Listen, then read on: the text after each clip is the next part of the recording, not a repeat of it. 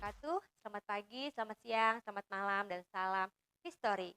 Selamat datang bagi yang baru bergabung dan jangan lupa like dan subscribe untuk membantu berkembangnya channel ini. Dalam video sebelumnya telah kita bahas tentang pengaruh masuknya Hindu-Buddha terhadap masyarakat Indonesia, di mana pengaruh kebudayaan dan agama Hindu-Buddha tersebut membawa pengaruh yang sangat besar terhadap masyarakat Indonesia. Salah satunya adalah dalam bidang sosial. Masih ingatkah kalian perubahan dalam bidang sosial?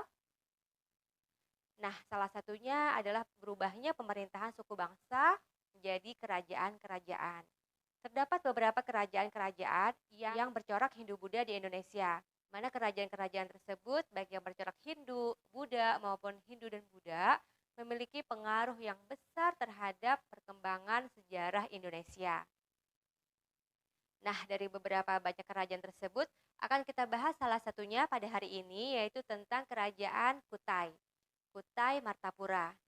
Saya akan coba mengambil materi dari berbagai sumber, dari 5 buku di bawah ini, dan juga dari sumber Wikipedia. Untuk itu, tonton terus video ini sampai habis agar kalian bisa memahami dan mengerti materi tersebut. Kerajaan Kutai yang akan kita bahas di sini adalah Kerajaan Kutai Martapura, yaitu yang berdiri menurut Wikipedia dari tahun 400 sampai 1635. Kutai Martapura adalah kerajaan bercorak Hindu di Nusantara yang memiliki bukti sejarah tertua berupa prasasti Yupa dan berdiri sekitar abad keempat. Pusat kerajaan ini terletak di Muara Kaman yang saat ini adalah sebuah kecamatan di Kabupaten Kutai Kartanegara, Provinsi Kalimantan Timur. Nama Kutai diberikan oleh para ahli mengambil dari nama tempat ditemukannya prasasti yang menunjukkan eksistensi kerajaan tersebut. Informasi mengenai nama Martapura diperoleh dari kitab Salasyah Raja dalam negeri Kutai Kartanegara yang menceritakan sebuah penyerangan dari kerajaan Kartanegara Kutai Lama menyerang ibu kota kerajaan ini. Prasasti Yupa adalah sebuah prasasti yang merupakan peninggalan dari kerajaan Kutai. 7 buah prasasti Yupa, namun baru 4 yang berhasil dibaca dan diterjemahkan. Di mana 7 prasasti Yupa itu sekarang disimpan di Museum Nasional Indonesia atau Museum Gajah di Jakarta sebagai kawasan cagar budaya peringkat nasional dengan keputusan Menteri Pendidikan dan Kebudayaan Republik Indonesia nomor 279 garis miring M garis miring 2014 yang ditetapkan di Jakarta pada tanggal 13 Oktober 2014 ditandatangani oleh Menteri Pendidikan dan Kebudayaan Republik Indonesia Muhammad Nuh, di mana dalam surat keputusan itu dijelaskan pada bagian D, sejarah, bahwa 7 prasasti Yupa koleksi Museum Nasional nomor inventaris D2A, D2B, D2C, D2D, jadi nomornya urut D175, D176, D177 merupakan prasasti yang dipahatkan pada tiang batu atau Yupa atas prakarsa para Brahmana sebagai penghormatan atas budidaya keraja yang telah memberikan berbagai anugerah kepada para Brahmana dalam upacara-upacara keagamaan. Dalam aksara dan bahasanya itu dapat diketahui bahwa prasasti ini ditulis pada awal abad kelima. Menurut L.C. Damais itu diperkirakan tahun 425 Masehi. Kemudian prasasti Yupa nomor inventaris D2A, prasasti ini memuat informasi silsilah raja-raja Mula Warman. Silsilah tersebut dimulai dari Kundungga yang mempunyai anak bernama Asma Warman. Asma Warman mempunyai 3 orang anak, yang terkemuka adalah Mula Warman. Kemudian prasasti Yupa nomor inventaris D2B, prasasti ini menyebutkan Mula Warman sebagai raja yang terkemuka. Ia memberikan sedekah 20.000 ekor sapi kepada para Brahmana yang seperti api di tengah lapangan yang suci, yang dinamakan dengan Waprakeswara. Kemudian prasasti Yupa nomor inventaris D2C, prasasti ini menyebutkan tentang kebaikan budi dan kebesaran Raja Mula Warman yang diwujudkan dalam pemberian sedekah yang melimpah Hal tersebut membuktikan bahwa Mula Warman itu memiliki hubungan yang baik dengan para Brahmana. Berikutnya prasasti Yupa nomor inventaris D2D. Aksara pada prasasti ini sudah tidak bisa dibaca karena aus. Bentuk aksara dan penemuan tempat prasasti sama dengan tempat prasasti yang lain. Prasasti Yupa nomor D175 pada prasasti ini menyebutkan tentang Raja Mula Warman yang menyedekahkan segunung minyak kental, lampu, serta malai atau kelopak bunga. Kemudian prasasti Yupa nomor inventaris D176. Prasasti ini menyebutkan seruan selamat bagi Raja Mula Warman yang telah memberikan persembahan kepada para Brahmana berupa air, susu kental, dan lemak wijen serta 11 sapi jantan. Kemudian prasasti Yupa nomor inventaris D177. Prasasti ini menyebutkan Raja Mula Warman yang telah menaklukkan raja-raja lain seperti Raja Yudhistira, putra tertua Pandawa dalam epos Mahabharata. Raja Mula Warman juga Prakeswara mempersembahkan 40.000 bla bla bla tidak terbaca karena aksara aus, kemudian menghadiahkan lagi 30.000 bla bla bla masih tidak terbaca karena aksara aus. Hal tersebut disebutkan pula penyelenggaraan upacara-upacara lainnya. Upacara-upacara tersebut disebutkan namun aksara sudah tidak bisa dibaca. Raja juga memberikan berbagai jivadana atau persembahan untuk penyempurnaan jiwa. 7 prasasti Yupa tersebut merupakan bukti tertua adanya budaya tulis dalam sejarah Indonesia. Dari prasasti-prasastinya yang sudah ditemukan sampai saat ini dapat diketahui beberapa nama orang tokoh dan beberapa kehidupan keagamaan pada waktu itu. Namun sedemikian jauh tidak dapat diketahui bahwa kehidupan dan keadaan masyarakat pada umumnya.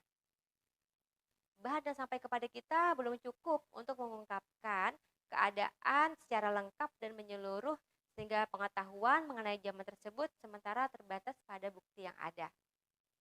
Jadi dapat disimpulkan dari aspek keagamaan, kehidupan masyarakat Kutai mendapat pengaruh agama Hindu. Hal ini dibuktikan dengan adanya hubungan yang erat antara Raja Mula Warman dengan para Brahmana.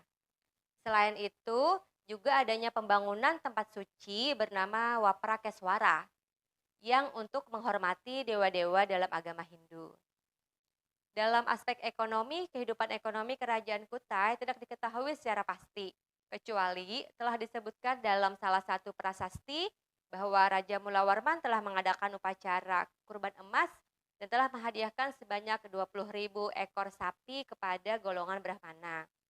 Tidak diketahui dengan pasti asal emas-emas itu, apakah didatangkan dari India atau ditambang dari bumi Kutai. Begitu juga dengan sapi dan kuda. Apakah merupakan hasil ternak kerajaan, hasil ternak rakyat, atau didatangkan dari tempat lain. Namun, kalau dilihat dari letak kerajaan Kutai yang dekat dengan Sungai Mahakam, dapat diperkirakan mata pencaharian masyarakat adalah bercocok tanam dan berdagang. Selain itu, kerajaan Kutai juga terletak di jalur perdagangan antara Tiongkok dan India sehingga sangat menguntungkan masyarakatnya untuk perdagangan. Dalam aspek sosial, kehidupan sosial ditandai dengan adanya pembagian golongan masyarakat yaitu golongan Brahmana dan Ksatria.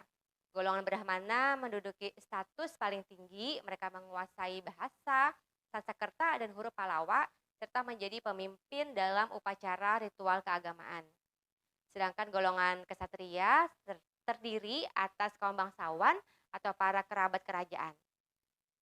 Adapun di luar dari kedua golongan tersebut terdapat rakyat biasa yang masih memegang teguh tradisi nenek moyang dan memegang teguh agama asli leluhur mereka. Masih menurut prasasti Yupa bahwa Raja Mula Warman memiliki hubungan yang sangat baik dengan para Brahmana. Lalu bagaimana dengan aspek budaya? Kehidupan budaya kerajaan Kutai dapat dikatakan sudah maju. Hal ini terbukti dengan hasil kebudayaan kerajaan Kutai yang paling utama yaitu Yupa. Ini berarti mulai dikenal kebiasaan menulis di atas batu.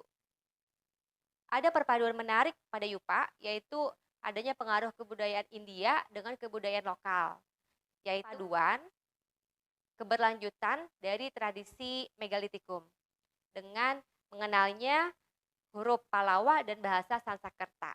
Pada masa kerajaan Kutai, Terdapat upacara penyucian diri yang disebut dengan pratyastoma. Menurut kepercayaan Hindu, seseorang yang telah tercemar dan karenanya dikeluarkan dari kasta dapat diterima kembali masuk kastanya setelah melalui upacara pratyastoma. Upacara ini juga dapat digunakan untuk mengangkat orang Indonesia yang telah terpengaruh budaya India masuk pada suatu kasta dalam agama Hindu. Upacara ini mulai dilaksanakan sejak pemerintahan Asmawarman karena Kundungga masih banyak mempertahankan tradisi-tradisi lokal. Baru tahap awal pelaksanaan upacara Pratestoma di Kerajaan Kutai dipimpin oleh pendeta yang didatangkan dari India, termasuk ketika upacara pengangkatan Asmawarman. Baru ketika masa Mula Warman, upacara ini sudah dilakukan oleh para pendeta Indonesia sendiri. Lalu bagaimana dalam bidang politik? Siapa saja raja-raja Kutai? Hanya ada 5 nama raja yang tercatat dalam sumber sejarah, yakni 3 orang di prasasti Yupa beraksara Palawa dan 2 orang dalam kitab Salasiah Raja dalam negeri Kutai Kartanegara beraksara Arab Melayu. Adapun informasi lain daftar dari lebih 20 raja tidak berdasarkan sumber sejarah yang otentik, melainkan dari ucapan meranyau seorang dukun dalam upacara adat belian. Ini diambil dari buku Muhammad Asli Amin dan kawan-kawan dari Swaperaja ke Kabupaten Kutai Tenggarong, Pemerintah Daerah Kabupaten Kutai, Kalimantan Timur 1975. Dan buku Jejak Sejarah Muara Kaman, kecamatan yang viral sejak muncul Raja Kutai Mula Warman. Raja yang pertama, Maharaja Kundungga. Nama Maharaja Kundungga dimaknai sebagai nama asli orang Indonesia yang belum dipengaruhi oleh budaya India. Pada awalnya kedudukan Kundungga adalah sebagai kepala suku. Setelah masuk pengaruh Hindu ke Indonesia, kemudian ia mengubah struktur menjadi kerajaan dan dirinya menjadi raja. Dan dilakukan secara turun-temurun. Nama Maharaja Kundungga oleh para ahli sejarah ditafsirkan sebagai nama orang asli Indonesia yang belum terpengaruh dengan nama budaya India. Kemudian Maharaja Asmawarman, anak dari Kundungga. Kemudian Maharaja Mulawarman. Mulawarman adalah cucu dari Kundungga dan anak dari Asmawarman.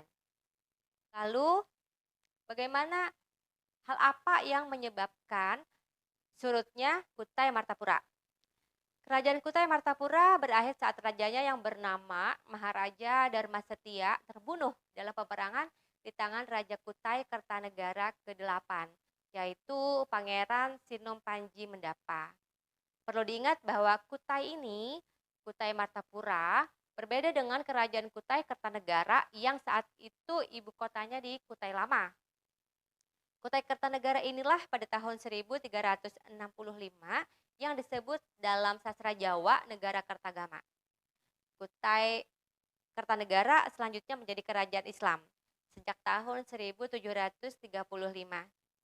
Kerajaan Kutai Kertanegara yang semula rajanya bergelar pangeran berubah menjadi bergelar sultan, yaitu Sultan Aji Muhammad Idris dan hingga sekarang disebut Kesultanan Kutai Kertanegara. Demikianlah sekilas tentang Kerajaan Kutai yang merupakan kerajaan Hindu tertua di Indonesia. Semoga apa yang disampaikan dapat dipahami dan bermanfaat. Dan jangan lupa untuk like dan subscribe. Wassalamualaikum warahmatullahi wabarakatuh.